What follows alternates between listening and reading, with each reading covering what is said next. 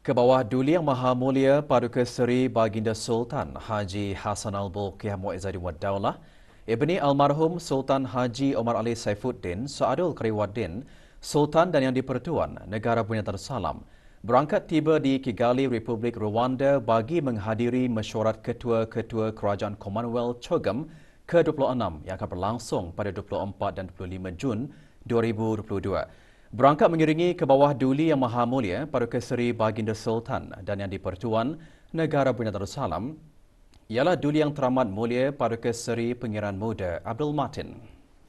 Juga hadir sama bagi menjunjung keberangkatan baginda di lapangan terbang antarabangsa Kigali yang berhormat Datuk Seri Setia Awang Haji Erwan bin Pihin Datuk Pekermajaya Haji Muhammad Yusof, Menteri Hal Ehwal Luar Negeri Kedua dan Tuan Yang Terutama Laksmana Pertama Bersara Pengiran Datuk Seri Pahlawan Nur Azmi bin Pengiran Haji Muhammad Pesuruhjaya Tinggi Negara Brunei Darussalam ke United Kingdom dan Air.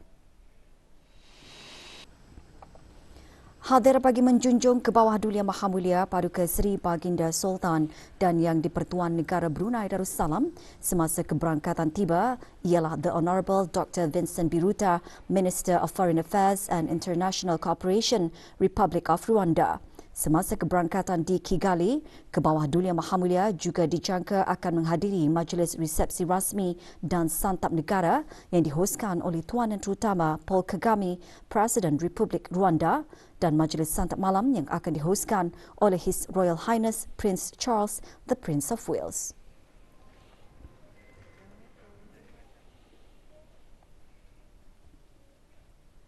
Negara Brunei Darussalam menjadi ahli Commonwealth ke-49 apabila mencapai kemerdekaan pada 1 Januari 1984. Sejak itu, negara telah menyertai beberapa mesyuarat-mesyuarat COGM yang menyediakan landasan yang berguna untuk membincangkan isu-isu antarabangsa dan mempromosikan hubungan dua hala termasuk perkara-perkara dalam bidang pendidikan, keuangan, kesihatan, undang-undang, wanita dan belia. Selain itu, negara Brunei Darussalam juga mendapat faedah daripada bantuan dan latihan yang disediakan oleh Commonwealth seperti dalam bidang perdagangan, industri dan pembangunan sumber manusia. Status harian norma baharu COVID-19. Satu kes sedang berada dalam kategori 5 iaitu mereka memerlukan rawatan di unit rawatan intensif ICU. Sementara itu, 2 kes berada dalam kategori 4 iaitu mereka memerlukan bantuan oksigen dan di bawah pemantauan rapi. Kementerian Kesihatan juga memaklumkan 555 kes sembuh dilaporkan hari ini.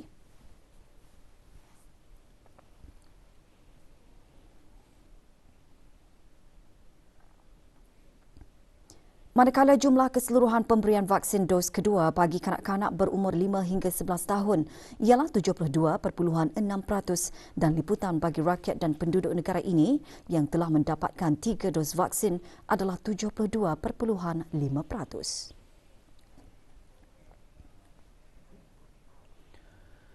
Dasar Kebangsaan Perubahan Iklim Negara Brunei Darussalam BNCCP menggariskan kunci utama strategi mitigasi bagi negara Brunei Darussalam ketika negara mengambil langkah ke arah pengurangan karbon dan pengeluaran gas rumah hijau. Kejayaan pelaksanaan strategi-strategi berkenaan akan membawa kepada pengurangan 15.5% pengeluaran. Perkara tersebut dikongsikan oleh Dr. Nur Imtihan binti Haji Abdul Razak, Setiausaha Tetap Perancangan Guna Tanah dan Alam Sekitar Kementerian Pembangunan selaku pengurus bersama Jawatan Kuasa Kerja bagi Minggu Perubahan Iklim MYCE 2022 semasa berucap pagi tadi. Acara diikuti dengan ucapan alu-aluan daripada Tuan Yang Terutama Yutaka Shoda, Naib Menteri Alam Sekitar Jepun dan Dr. Benny Suryadi, pengurus Pusat ASEAN bagi Tenaga. Antara yang hadir Datuk Seri Paduka Awang Haji Mat Satejo bin Sokiau, Timbalan Menteri Jabatan Tenaga di Jabatan Perdana Menteri. Sementara itu, petak pameran pula memberi fokus kepada tema Minggu Perubahan Iklim iaitu ke arah karbon rendah dan iklim berdaya tahan Brunei Darussalam.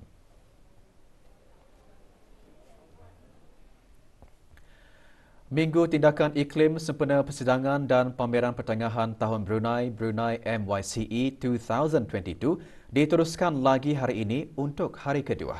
Pagi tadi, dua seminar tematik diadakan yang memfokuskan tema carbon market dan electric vehicle. Antara yang hadir Timbalan Menteri Jabatan Tenaga di Jabatan Perdana Menteri. Sesi seminar menyentuh mengenai carbon market bagi mempercepatkan peralihan kepada sumber tenaga yang lebih bersih, terutamanya untuk mengurangkan pelepasan karbon dioksida.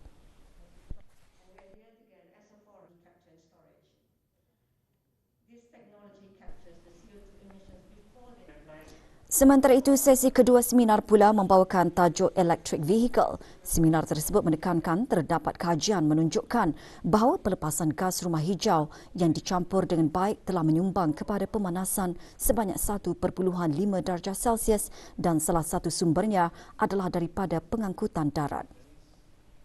Industrial processes West project was launched. Pada sebelah petang Minggu Tindakan Iklim Brunei MYCE 2022 diteruskan lagi dengan dua seminar masing-masing bertajuk Clean Energy dan Nature-Based Solutions. Antara yang hadir setiausaha tetap di Kementerian Pembangunan. Seminar bertajuk Clean Energy antara lain membincangkan mengenai usaha negara dalam mengurangkan penggunaan bahan api fosil.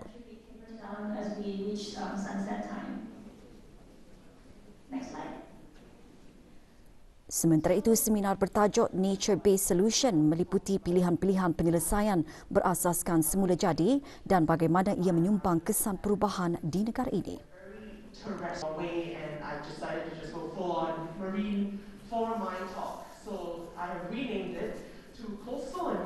Memang isu climate change ini benar and it's fast happening kan. So the more people tahu, mudah-mudahan sama-sama kita ni berganding bahu, we can tackle the issues of climate change. Segala urusan sebelum ketibaan jemaah haji negara di Mekah Al-Mukarramah diteliti oleh Pejabat Urusan Jemaah Haji Negara Brunei Darussalam, Pentadbiran dan Perubatan. Ikuti bahan beritanya seketika nanti.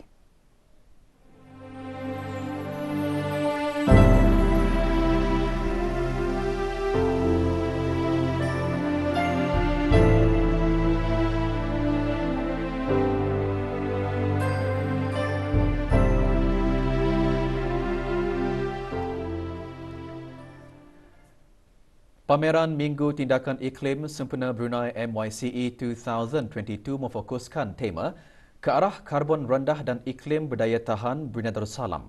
Pameran diadakan di Pusat Persidangan Antarabangsa Berakas. Salah satu tarikan di pameran berkenaan adalah Tunnel of Inconvenient Truth. Tunnel tersebut dibahagikan kepada 3 segmen, dengan segmen pertama dan kedua direka khas untuk para pelawat mengalami sendiri perubahan suhu yang dialami pada 10 ke 20 tahun yang lalu pada masa sekarang.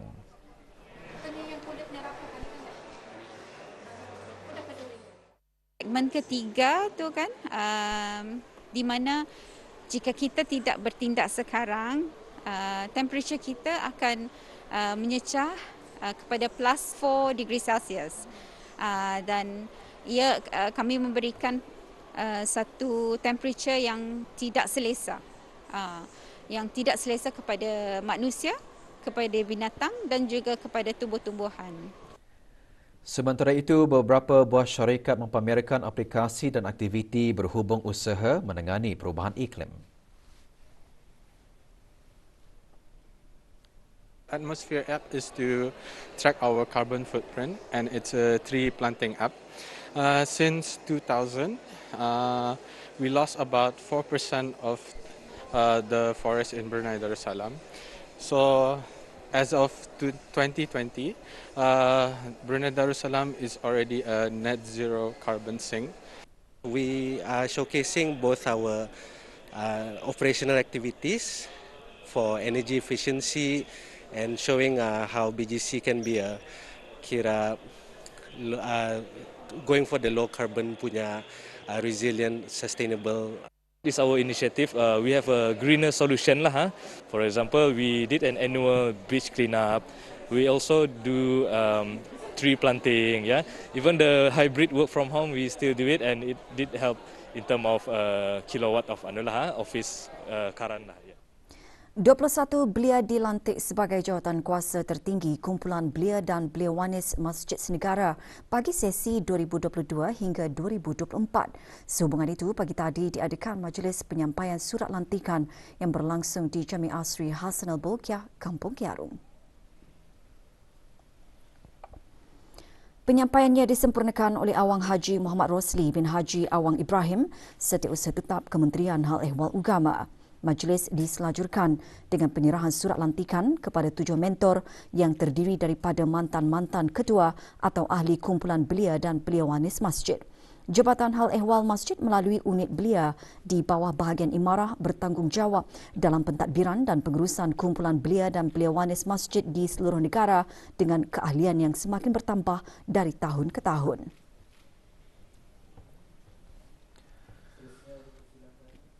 Kementerian Pendidikan melalui Jabatan Pengurusan Pendidik hari ini mengadakan majlis penutupan dan penyampaian sijil bagi peserta program induksi untuk para tenaga pengajar baharu. Majlis diadakan di sebuah hotel di Jerudong.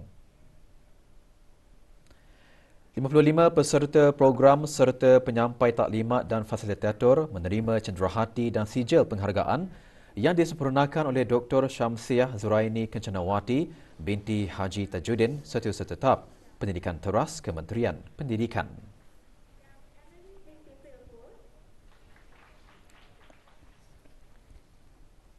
Sebahagian daripada pegawai pejabat urusan Jemaah Haji Negara Brunei Darussalam Pentadbiran dan Perubatan kini berada di Mekah Al-Mukarramah bagi meneliti segala urusan sebelum bakal jemaah negara berangkat ke Mekah. Sehubungan itu, baru-baru ini, para pegawai pejabat urusan haji negara Brunei Darussalam pentadbiran mengadakan perjumpaan bersama Ketua Maktab 112 di Pejabat Maktab 112 Mekah Al-Mukarramah. Azizi Ahmad membawakan laporannya.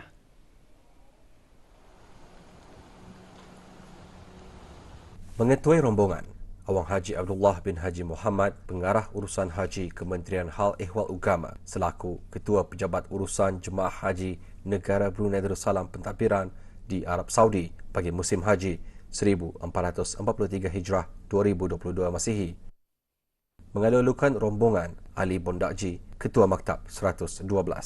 Maktab 112 adalah merupakan salah sebuah maktab di bawah syarikat Mutawifi Jemaah Haji Asia Tenggara yang dilantik mengawal selia Jemaah Haji Asia Tenggara termasuk Jemaah Haji Negara Brunei Darussalam yang bertanggungjawab dalam memberikan perkhidmatan-perkhidmatan di lapangan iaitu di Arafah, Muzdalifah dan Mina seperti penyediaan kemah, makan minum, pelaksanaan melontar di jamarat dan mengawal selia pergerakan bas jemaah.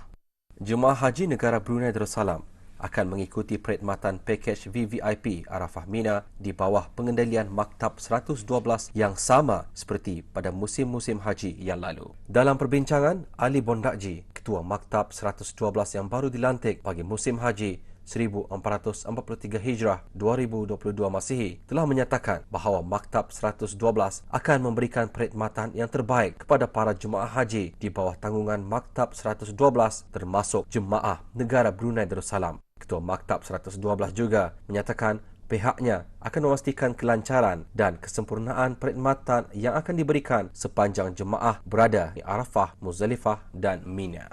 Juga hadir Datuk Jamil Bondakji, pemilik syarikat Nozoli iaitu syarikat yang dilantik oleh Maktab 112 dalam menyediakan khemah serta semua keperluan di Arafah dan Mina. Dari Mekah Al-Mukarramah, Aziz Ahmad melaporkan untuk Berita RTB. Kecekapan dan ketelitian dalam membuat segala urusan bagi memastikan keselesaan para jemaah di Tanah Suci adalah menjadi keutamaan pihak pegawai pejabat urusan jemaah haji negara Brunei Darussalam Pentadbiran. Dalam pendekatan bersama para jemaah, masing-masing mengongsikan mereka menerima pengurusan yang teratur dan sempurna sejak tiba di Tanah Suci. Haji berada dengan keadaan baik dan sihat walafiat dan kami pun telah dikendalikan oleh Jabatan Ehwal Pengurusan Haji dengan baik.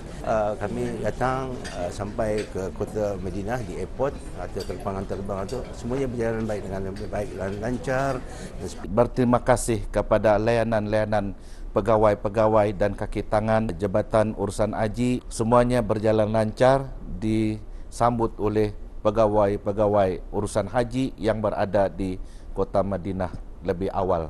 Bersyukur banyak-banyak di atas pengurusan pihak Jabatan Urusan Haji. Dengan adanya dari pengurusan haji dapat juga memberi kami guide untuk ke mana tujuan kami itu. Alhamdulillah. 6 pelajar dan 2 guru pengawas mewakili negara Brunei Darussalam dalam 9th ASEAN Plus 3 Junior Science Odyssey APT JSO ke-9 bertemakan Building an Environmentally Sustainable Future. Acara dianjurkan oleh Kementerian Pendidikan Singapura, Pusat Sains Singapura dan ASEAN Plus 3 Centre for the Gifted in Science ACGS dengan kerjasama NUS High School Singapura, Society of International Gifted in Science SIGS Republik Korea dan Sekretariat ASEAN.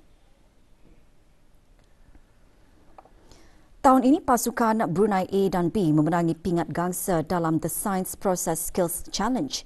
Di samping itu, pasukan Brunei A juga berjaya merangkul pingat gangsa dalam The Sustainability Challenge.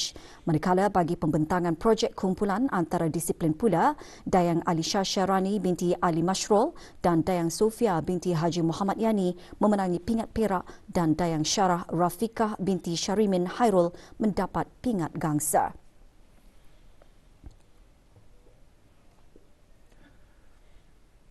Lebih 30 gambar dipamerkan semasa pameran peraduan fotografi Semarak Hari Kebangsaan sempena sambutan ulang tahun Hari Kebangsaan Negara Brunei Darussalam ke-38.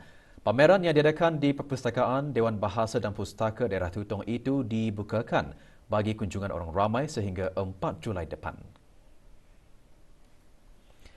Bertemakan detik-detik keceriaan semasa upacara Perhimpunan Agung, pameran merupakan inisiatif Dewan Bahasa dan Pustaka melalui bahagian penyelidikan, dokumentasi dan pengiktirafan. Penganjurannya antara lain bertujuan untuk mengangkat karya seni kreatif terbaik di negara ini selain memberigakan secara meluas karya-karya seni anak tempatan. Gambar-gambar yang dipamerkan merupakan momen-momen menarik semasa sambutan Hari Kebangsaan yang lalu. Pameran akan dilaratkan ke perpustakaan Dewan Bahasa dan Pustaka di ke-4 daerah termasuk di Muzium Teknologi Melayu dan Muzium Daerah Blight.